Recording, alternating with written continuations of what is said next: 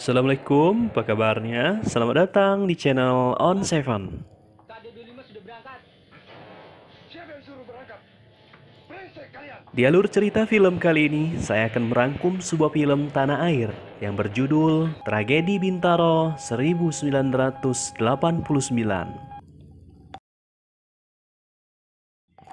Diangkat dari sebuah kisah nyata yang diproduksi pada tahun 1989. Tepatnya 2 tahun setelah tragedi kecelakaan itu berlangsung, yakni 19 Oktober 1987. Film ini bergenre drama tragedi yang disutradarai oleh Butch Malau. Film ini mengangkat dari kisah nyata seorang korban yang selamat dari tragedi peristiwa kecelakaan kereta tersebut yang bernama Junet. Bagaimanakah kisahnya? Namun sebelum masuk ke alur cerita, jangan lupa subscribe, like, dan komen.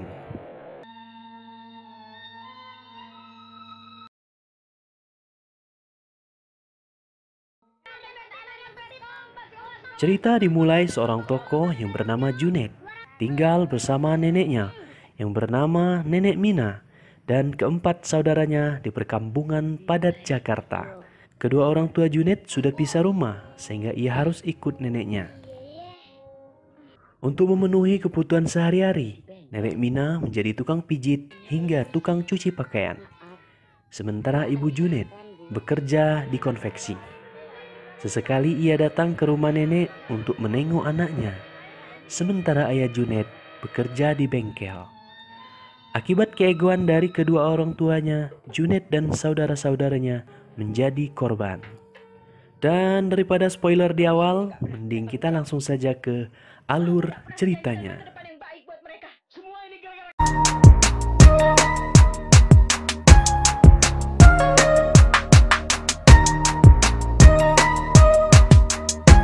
Mana gue tahu. Pokoknya lihat, titik, nggak boleh ngomong. Film ini diawali dengan adegan Junet bersama temannya yang menyusuri rel kereta api sambil membicarakan isu koran Sinar Harapan yang akan dibredel.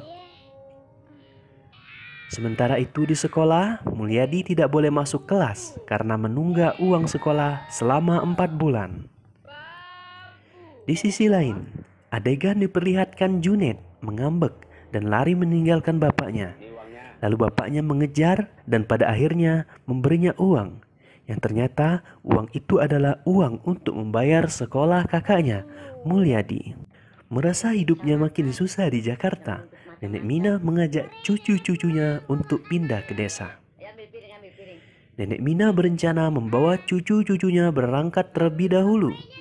Sedangkan Ibu Junet diminta untuk menyusul kemudian.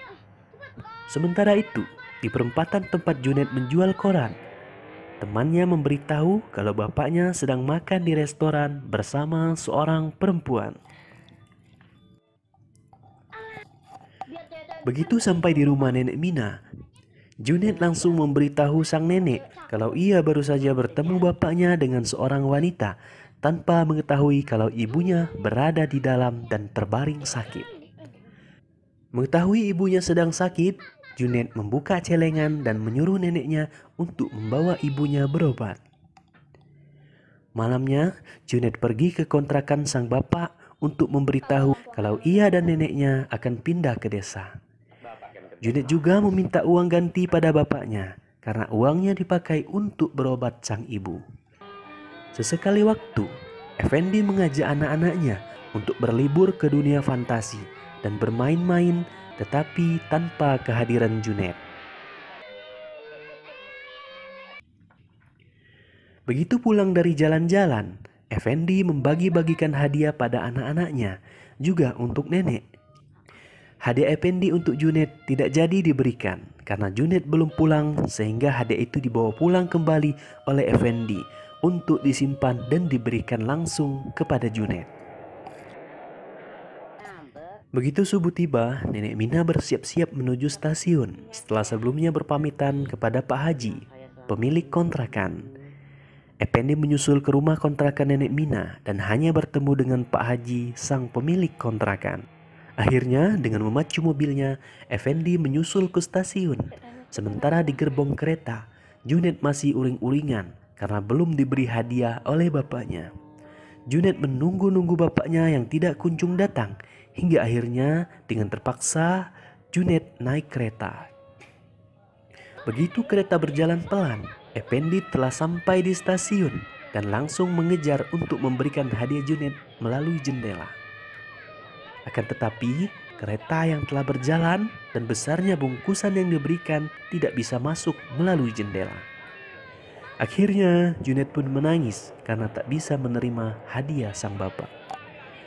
Di tengah perjalanan pada kilometer 1875 dari arah yang berlawanan, muncul kereta lain yang syarat dengan penumpang pada rel kereta yang sama.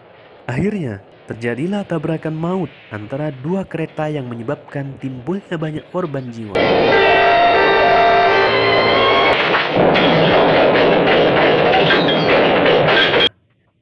Junet yang terjepit berteriak-teriak memanggil neneknya, sedangkan Mulyadi sebelum menghembuskan nafas terakhirnya berusaha memanggil-manggil bapaknya. Dan seluruh keluarga nenek Mina tewas dalam kecelakaan maut tersebut.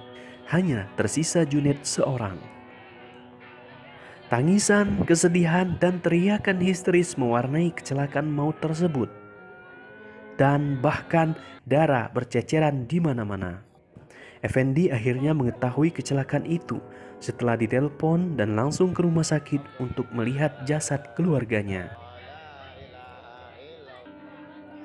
Junet yang terjepit akhirnya dapat dikeluarkan dan diselamatkan. Di rumah sakit, Junet menyuruh kedua orang tuanya untuk berbaikan dan berdamai. Baikan dong.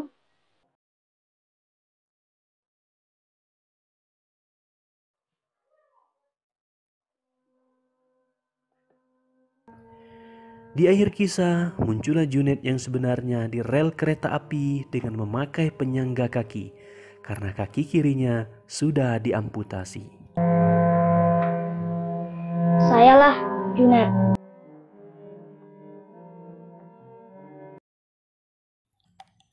Dan film pun selesai.